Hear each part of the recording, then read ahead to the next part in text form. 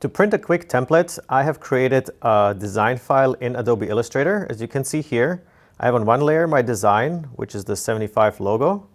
And then I created a second layer with my template, which is just a dotted line, where I'm going to align my blank coasters to before I print my design on. So I have exported only the template outline as a PDF file and loaded it into Epson Edge Print, as you can see here.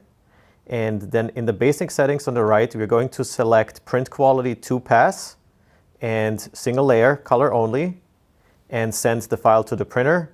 And I'm going to print this on a white vinyl, and then afterwards I'm going to have this template where I can align my blank coasters on and then print the actual print file on top of my coasters.